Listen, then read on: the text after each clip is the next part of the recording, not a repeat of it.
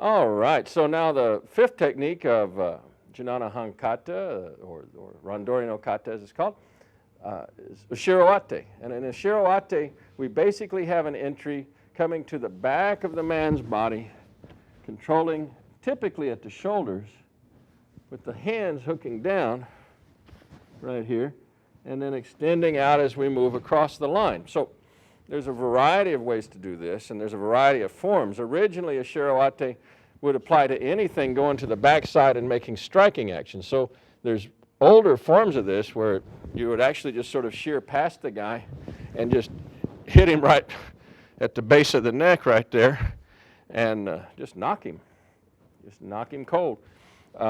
It evolved from that into a form in which you're hooking and making a throw go here, which is relatively nicer than just giving him a death blow to the base of his neck.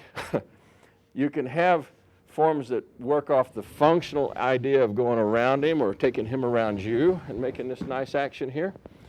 You can have forms in which you make almost a direct shearing form like this.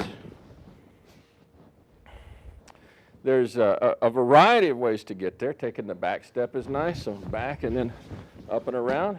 Wonderful way to get there as well. They're all basically forms of tenkan. So whether you are entering and stepping directly around to tenkan, or whether you're making a little shearing entry action and then slipping around as he goes past, either way, you have a lot of varieties for Ushiro Ate. There are other forms of it where once you get in place here and once you have your position, you would actually take a kneeling action and drop down on a knee. That's a little extra added attraction that I find a bit excessive, but it is available to you. You're also not confined necessarily to hooking at the shoulders.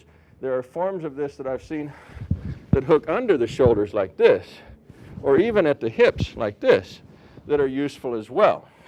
You just have to be very careful because the ukemi from those particular forms can be pretty devastating. So, generally speaking, cutting across, sliding up the arm and making contact at the shoulders, good hooking hands like a sloth, like a sloth's paws, and then turning out from under to make your throw go. Probably your safest bet. But experiment with the rest. Good varieties to play with. Be very cautious with kneeling. Be very cautious with hooking under the arms or into the hip sockets, as those can be dangerous. Thank you.